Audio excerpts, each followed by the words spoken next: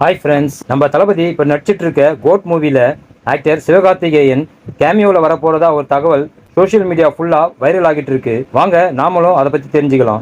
Greatest of all time படத்தில் பிரபலமான hero ஒருத்தர் கேமியோவில் நடிக்க போறதா ஒரு தகவல் ஏற்கனவே வெளிவந்திருந்தது. அந்த தகவல் உண்மையா இல்லையா, கேமியோவில் வரப்போற அந்த ஹீரோ யாருன்னு எந்த ஒரு விஷயத்தையும் வெளியே சொல்லாம சஸ்பென்ஸா வச்சிட்டு இருக்காரு டைரக்டர் வெங்கட் பிரபு. இப்போ greatest of all time shooting பாண்டிச்சேரியில் நடந்துட்டு இருக்கு.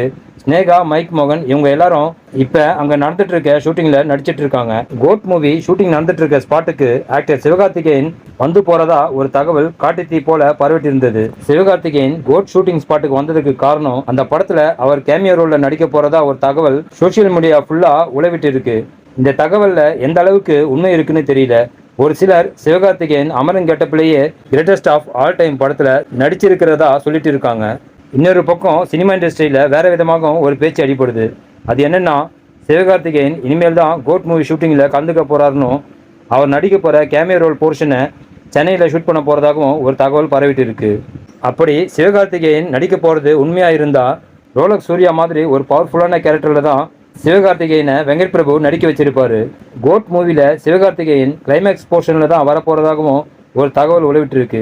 வெயிட் பண்ணி பார்க்கலாம் சிவகார்த்திகேயன் எந்த மாதிரியான கேமராவில் வரப்போறாருன்னு. தளபதி படத்தில் சிவகார்த்திகேயன் இந்த விஷயம்தான் ட்விட்டர், இன்ஸ்டாகிராம்னு எங்கே பார்த்தாலும் பரபரப்பான விஷயமா வைரல் ஆகிட்டு இருக்கு.